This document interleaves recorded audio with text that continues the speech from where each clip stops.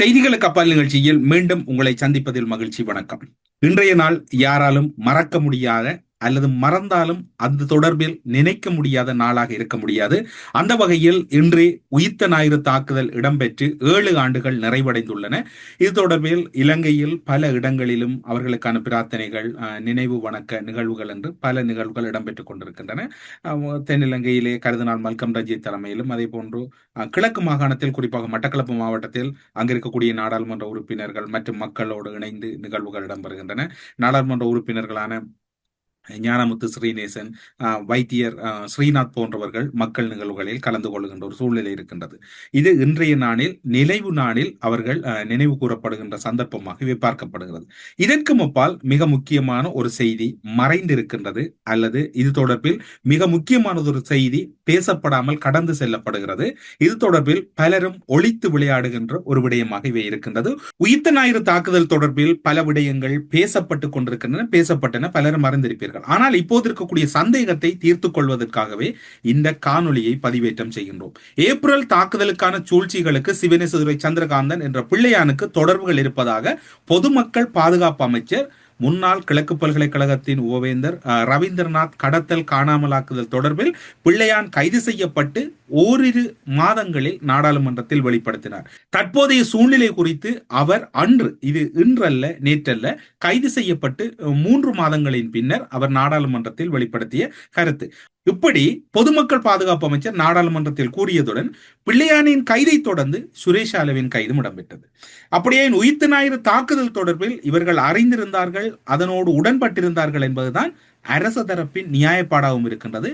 கிட்டத்தட்ட 37,000 பக்கம் கொண்ட அறிக்கைகள் ஒழிக்கப்பட்டன, மறைக்கப்பட்டன கோட்டாபாய ராஜபக்சவின் ஆட்சி காலத்திலும் ரணில் விக்ரமசிங்கவின் ஆட்சி காலத்திலும் என்பது கூடுதல் தகவலாக இருக்கின்றது. இந்த உயிர்த்த ஞாயிறு தாக்குதல் தொடர்பில் இவை இவ்வாறு இருக்கின்ற போது தமிழ் மக்கள் விடுதலை புலிகள் கட்சி அல்லது டிஎம்பிபி என்று இன்று கூறக்கூடிய துணை ஆயுத குழுக்கள் அல்லது ட்ரிப்போலி பிளட்டூனினுடைய முகவராக இருக்கக்கூடிய டிஎம்பிபி கட்சி இதற்குள் இரட்டை நிலைப்பாடு அல்லது இரட்டை முகங்களை வெளிக்காட்டிக் கொண்டிருப்பதனையும் பலரும் அறிந்தும் பேச முடியாமல் இருக்கின்றார்கள், அல்லது அறிந்தும் ஏன் நமக்கு இந்த தொந்தரவு என்று ஒதுங்கி இருக்கின்றார்கள். சிலர் கேட்கின்றார்கள், கிழக்கை மீட்க வந்த பிள்ளையான் தொடர்பில் நீங்கள் ஏன் இவ்வாறான விமர்சனங்களை வைக்கிறீர்கள் என்பது ஒரு சிலரின் ஆதங்கமாக இருக்கின்றது. ஒருவர் மீட்க வந்தால் அவர் மீட்பராக இருக்க வேண்டும். அந்த மீட்பர் அயோக்கியராகவும் கொலைகாரனாகவும் இருப்பதனை ஒருபோதும் தமிழ் சமூகமோ அல்லது தமிழ் சமூகத்தில் இருக்கக்கூடிய ஒரு தன்மானம் உள்ள தமிழன் யாரும் அனுமதிக்க மாட்டான். அந்த வகையில் தான் இந்த வினா இருக்கின்றது. உங்களிடம் இன்னும் சில வினாக்கள் அல்லது இன்னும் சில கேள்விகள் இருக்கலாம், அவற்றுக்கு பதில்கள் பிறகு வழங்கலாம். பொதுவாகவே பேச்சுக்களை விட காட்சிகள் என்பது அதிக அளவு ஆதாரத்தை உண்மைத்தன்மையுடன் தத்துருவமாக வெளிப்படுத்தும் ஒரு தொழில்நுட்ப வளர்ச்சியின் ஒரு முன்னுதாரணமாக பார்க்கப்படுகிறது. காட்சிகள் என்பது இன்றும் பலராலும் பார்க்கப்பட்டு உறுதிப்படுத்தப்படுகின்றது. இன்றும் பல கைதுகள் அல்லது கொலைகள் இடம்பெறுகின்ற போது இந்த காட்சிகள் தான் மிக முக்கியமான ஆதாரமாக இருக்கின்றது தொழில்நுட்ப வளர்ச்சிக்கு பின்னர். டிஎம்பிபி என்கின்ற துணை ஆயுத குழு அல்லது பாராமிலிட்டரி, ட்ரிப்போலி பிளட்டூன் என்கின்ற இராணுவ கட்டமைப்பின் கொலைகார அடையாளத்தை சுமந்து அவர்களுக்கு உடந்தையாகவும் ட்ரிப்போலி பிளட்டூனுடைய இயக்குனர் சிகரமாகவும் இருந்த இந்த தமிழ் மக்கள் விடுதலை புலிகள் கட்சி கிழக்கில் இடம்பெற்ற பல சூழ்ச்சிகள், நயவஞ்சக செயல்கள், கடத்தல்கள், காணாமலாக்குதல்கள் என்று பல வகை தொகையற்ற முரணான மனித மாண்புக்கே ஒவ்வாத காரியங்களை செய்துவிட்டு பின்னர் புனிதர் பட்டத்தோடு இன்று உலா வருகின்ற ஒரு மிக கேவலமான நிலைதான் இன்று தமிழ் சமூகத்திலே இடம்பெற்றுக் கொண்டிருக்கிறது. எல்லோரும் இல்லை, ஒரு சிலரால் மட்டுமே. முதலாவது காட்சி உங்களுக்கு ஞாபகம் இருக்கும்.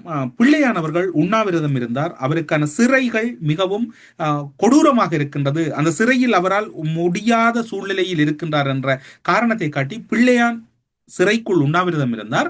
அதன் தொடர்ச்சியாக பிள்ளையானின் பின்னர் பிள்ளையானின் ஆதரவாளர்களாக தமிழ் மக்கள் விடுதலை புலிகள் கட்சி டிஎம்பிபி கட்சியினர் போராட்டத்தை ஆரம்பித்தார்கள். மட்டக்களப்பு காந்தி சதுக்கத்திலே அந்த போராட்டம் இடம்பெற்றது. அந்த போராட்டத்திலே டிஎம்பிபி அல்லது தமிழ் மக்கள் விடுதலை புலிகள் கட்சியின் முதன்மை நிலையில் இருக்கக்கூடியவர்களோ அல்லது இரண்டாம் நிலை மூன்றாம் நிலையிலோ இருக்கக்கூடியவர்கள் எவரும் கலந்து கொள்ளாமல் அந்த கட்சியிலே உள்ளூராட்சி மன்றத்துக்கு தெரிவு செய்யப்பட்ட மற்றும் பலர் அதில் இணைந்து கொண்டு அந்த போராட்டத்திலே பிள்ளையான் விடுதலை செய்யப்பட வேண்டும், பிள்ளையானுக்கான பாதுகாப்பு உறுதிப்படுத்தப்பட வேண்டும், அவர் அவர் குற்றம் செய்திருந்தால் அவர் குற்றம் சாட்டப்பட்டு குற்றச்சாட்டுக்களோடு தொடர்பில்லாத வரைக்கும் அவரை நீங்கள் அதாவது அவருடைய அடிப்படை மனித உரிமைகள் மீறப்படுகின்றன என்றெல்லாம் கோஷங்கள் எழுப்பப்பட்டது. அதன் தொடர்ச்சியாக பார்த்தால் தென்னிலங்கையிலும் கூட ஸ்ரீலங்கா பொதுஜன பெரமுன SLPP-யினுடைய சார்பிலே அதனுடைய பொதுச் செயலாளர் சாகர காரியவசம் அவர்கள் ஒரு தேசிய ரீதியில் விருது கொடுப்பதற்கு கூட தகுதியானவர் பிள்ளையான் என்கின்ற கருத்தை முன்வைத்தார். அதன் தொடர்ச்சியாக விமல் வீரவன்சவாக இருக்கலாம், சரத் வீரசேகரவாக இருக்கலாம், நாமல் ராஜபக்ச தொட்டு அனைவரும் அவருக்கு ஆதரவாக கருத்துக்களை வெளியிட்டார்கள், கண்டனங்களையும் வெளியிட்டார்கள். இந்த கைதை ஏற்க முடியாது. அரசாங்கத்தால் விடுதலை புலிகள் அமைப்பு தோற்கடிக்கப்படுவதற்கு மிக முக்கிய காரணமாக இருந்த பிள்ளையானினுடைய இவ்வாறான செயற்பாடுகள் இருக்கின்ற போது அவரை தண்டிப்பது அல்லது அவருக்கு எதிராக நடவடிக்கை எடுப்பதை ஏற்க முடியாது என்று அவர்களும் அவருடைய பாட்டுக்கு புகழ்ந்து தள்ளினார்கள்.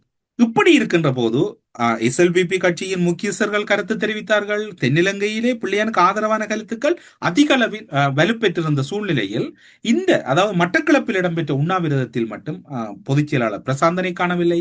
அந்த கட்சியினுடைய பதில் தலைவர் அல்லது இப்போ பொறுப்பு நிலை தலைவர் என்று கூறக்கூடிய திரவியம் அல்லது ஜெயம் என்று கூறக்கூடியவரை காணவில்லை. அந்த கட்சியில் இருக்கக்கூடிய முன்னணி தலைவர்கள் யாரும் அங்கு இல்லை. யாரும் இல்லாத ஒரு சூழ்நிலையில் தான் அந்த போராட்டம் இடம்பெற்றது. இன்றைய தினம் உயிர்த்த ஞாயிறு தாக்குதலின் 7ஆம் ஆண்டு நினைவு நாள் அனுஷ்டிக்கப்படுகிறது தமிழ் மக்கள் விடுதலை புலிகள் கட்சியினுடைய அலுவலகத்தில். அந்த கட்சியினுடைய செயலாளர் பிரசாந்தன் அவர்கள் கலந்து கொள்கிறார்.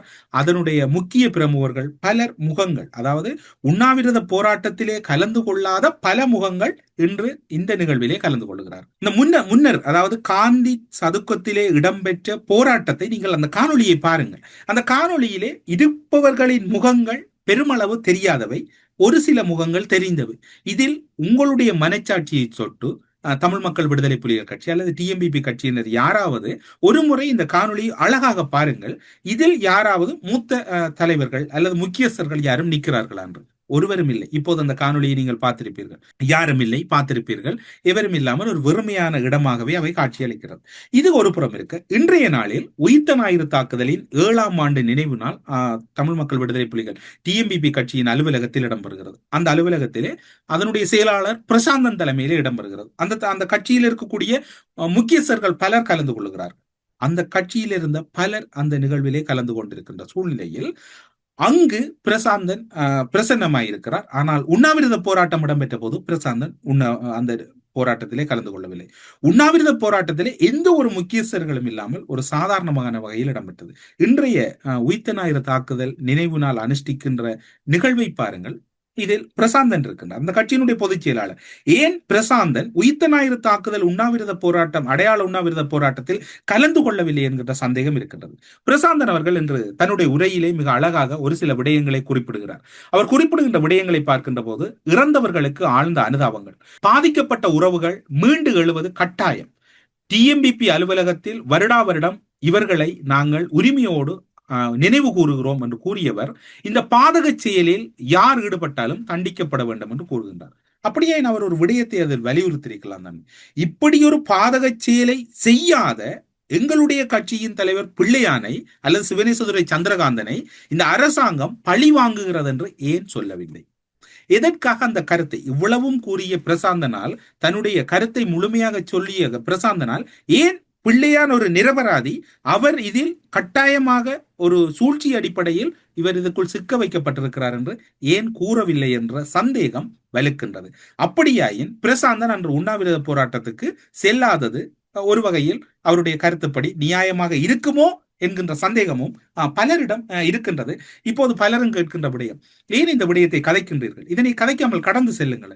பிள்ளையானை போல் யார் கிழக்கில் இருக்கின்றார்? ஒரு அரசியல் தலைவர் வேண்டும் தானே? இவ்வாறு ஆதங்கப்படுகிறார்கள். பிள்ளையானை போன்ற ஒருவர் வேண்டும் தானே என்றும் பலர் கேட்கின்றார்கள். பிள்ளையான் போன்ற ஒருவர் வேண்டும், ஆனால் ஒரு தூய்மையான கரத்தோடு தான் ஒருவர் வேண்டும்.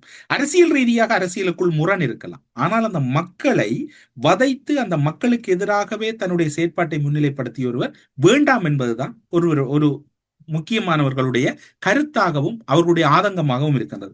அது மட்டுமல்லாது பிரசாந்தன் கூறிய கருத்து மிகவும் ஒரு வேடிக்கையானது, ஆழமாக சிந்திக்கப்பட வேண்டியது. பிள்ளையானுடைய பெயரை அவர் உச்சரிக்க வேண்டும் என்பதற்காக கருத்துக்களால் வெல்ல வேண்டும் என்பது சிவனேசதுரை சந்திரகாந்தனின் கொள்கை என்கின்றார் பிரசாந்தன் அவர்கள். பிள்ளையானின் கொள்கை கருத்துக்களால் வெல்ல வேண்டும் என்றார். அப்படி என்றால் அந்த பேனைகளால் எழுதிய பலர் அல்லது அரசியல் பேசிய பலருக்கு என்ன நிகழ்ந்தது? யாரும் கூறவில்லை. அவர்களுக்கு நிகழ்ந்தது எல்லாம் நீங்களும் ஒருவர் என்று உங்களோடு உடன் இருந்த பலர் கூறுகிறார். இப்போது இன்னும் ஒரு வினா இருக்கின்றது. அடையாள உண்ணாவிரதத்தில் கலந்து கொள்ளாதவர்கள் தான் இன்றைய நாளில் பலர் கலந்து கொண்டிருக்கிறோம். புதிய முகமாக இருக்கின்றது. அதில் மிக முக்கியமாக தமிழ் மக்கள் விடுதலை புலிகள் கட்சியினுடைய இப்போது இருக்கக்கூடிய அடையாளமாக இருப்பவர் பிரசாந்தன் அவர்.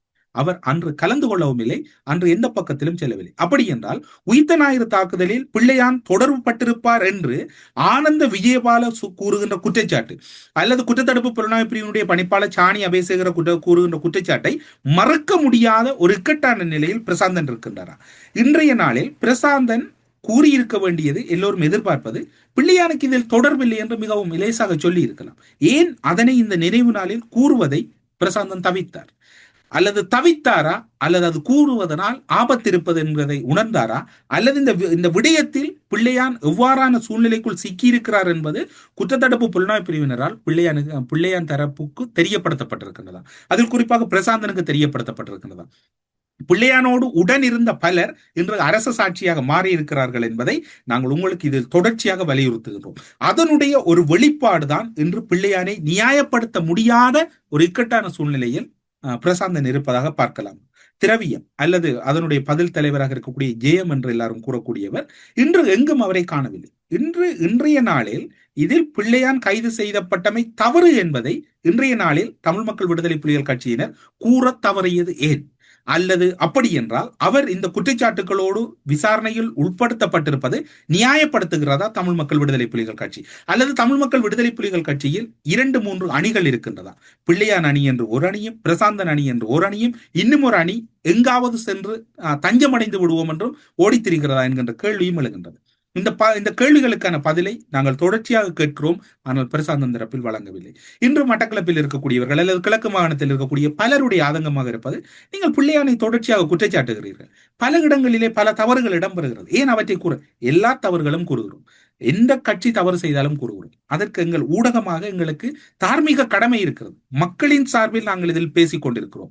யாரும் இதில் ஓரவஞ்சனையாக அல்லது ஒருவருக்கு சார்பாக ஒருவருக்கு குறைவாக பேசுவது என்பது பொருள் அல்ல. எல்லோர் சார்பிலும் இந்த கருத்துக்கள் முன்வைக்கப்படுகிறது. பிள்ளையான் தரப்பில் இன்று நாம் இந்த இடத்திலே ஆத்மார்த்தமாக முன்வைத்த வினாக்களுக்கு பிரசாந்தனின் பதில் என்ன?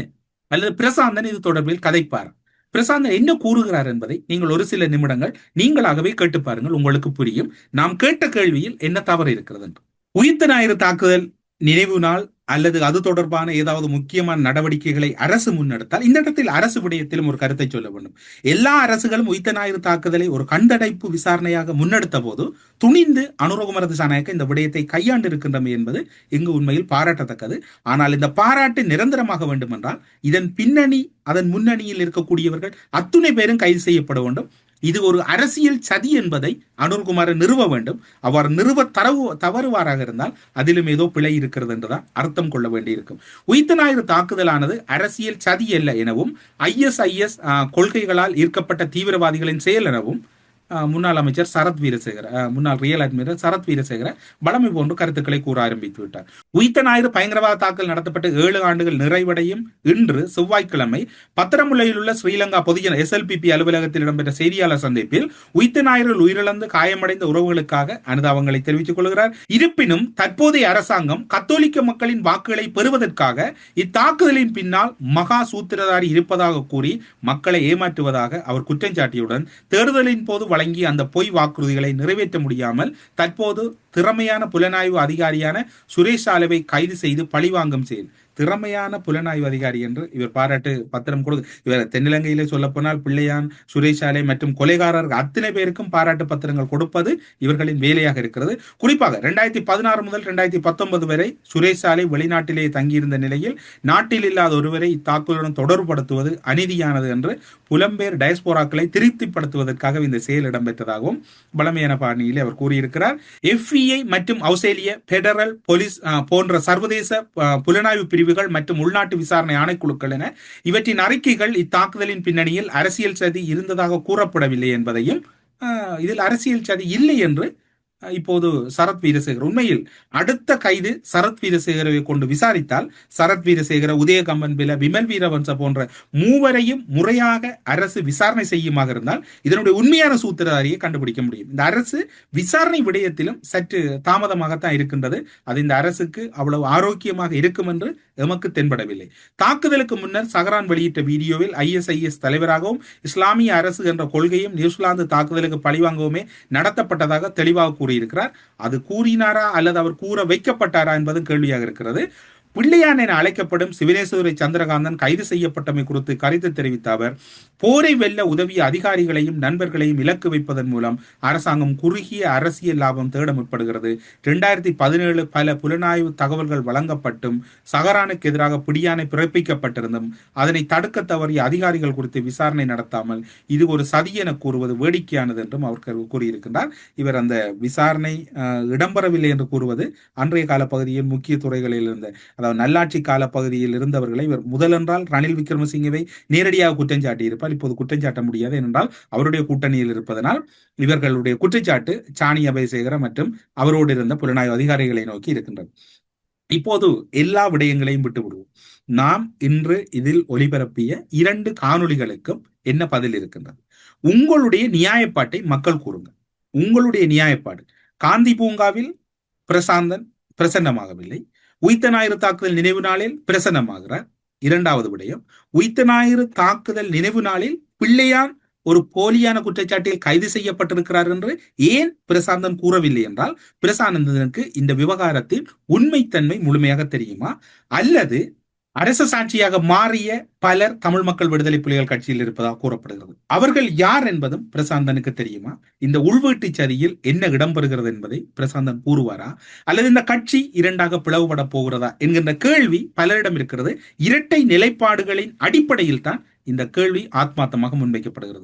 உயிர்த்த ஞாயிறு தாக்குதல் தொடர்பில் சுரேசாலை மற்றும் பல இராணுவ புலனாய்வாளர்கள் சம்பந்தப்பட்டுள்ளனர் என்பது தொடர்பில் செய்யப்பட்ட முறைப்பாடு 5 வருடத்துக்கு பின்னர் நேற்று குற்றவியல் விசாரணை திணைக்களத்துக்கு வாக்குமூலம் பதிவு செய்வதற்காக எடுத்துக்கொள்ளப்பட்டது என சிவில் சமூக செயற்பாட்டாளர், அதாவது மனித உரிமைகள் செயற்பாட்டாளர் சிறந்த அமரசிங் அவர்கள் கூறியிருக்கிறார். குற்றவியல் விசாரணைகள் திணைக்களத்துக்கு சென்று வெளியில் வந்த போதே அவர் இதனை குறிப்பிட்டார்.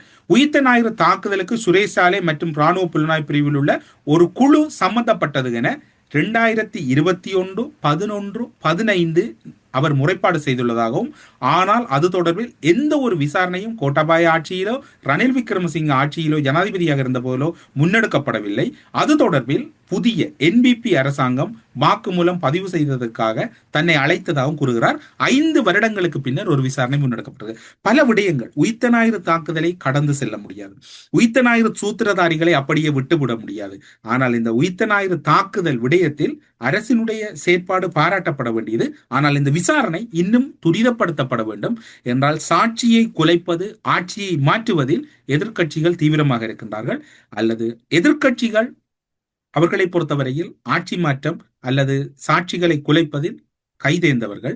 விரைவாக இந்த விசாரணை முன்னெடுக்கப்படுமாக இருந்தால் அரசுக்கும் நல்லது, மக்களுக்கும் நல்லது. விசாரணைகள் தொய்வு நிலை அடைந்து அல்லது சற்று தாமதம் அடையுமாக இருந்தால் எதிர்க்கட்சியில் இருக்கக்கூடிய நாசகார வேலைகளில் ஈடுபட்டவர்கள் இந்த களத்துக்கு வந்து விடுவார்கள் என்கின்ற மேலதிகமான தகவலையும் அரசுக்கும் கூறி, இந்த தகவல் மிக முக்கியமானது. ஒருமுறை நிதானமாக யோசியுங்கள். பிள்ளையானின் ஆதரவாளர்களாக இருந்தாலும் எதிராளர்களாக இருந்தாலும் நடுநிலையாளர்களாக இருந்தாலும் இந்த காணொளியை ஒரு முறை மனச்சாட்சியை தொட்டு அல்லது ஒரு முறை சிந்தித்து உங்களுடைய காணொளியை உள்வாங்கிக் கொள்ளுங்கள். அதன் பின்னர் உங்களுடைய நிலைப்பாடுகள் உங்களுக்கே புரியும். இதில் யாரையும் புண்படுத்த வேண்டும் என்கின்ற நோக்கம் அல்ல. கொலைகாரர்கள், அயோக்கியர்கள் அல்லது அதனோடு தொடர்பானவர்கள் தண்டிக்கப்பட வேண்டும் என்பது ஒரு மனித மாண்புக்கு நிகரான ஒரு விடயமாக பார்க்கப்படுகிறது. அந்த வகையில் இந்த தகவலோடு செய்திகளுக்கு அப்பால் நிகழ்ச்சியிலிருந்து விடைபெற்றுக் கொள்கிறோம். நன்றி, வணக்கம்.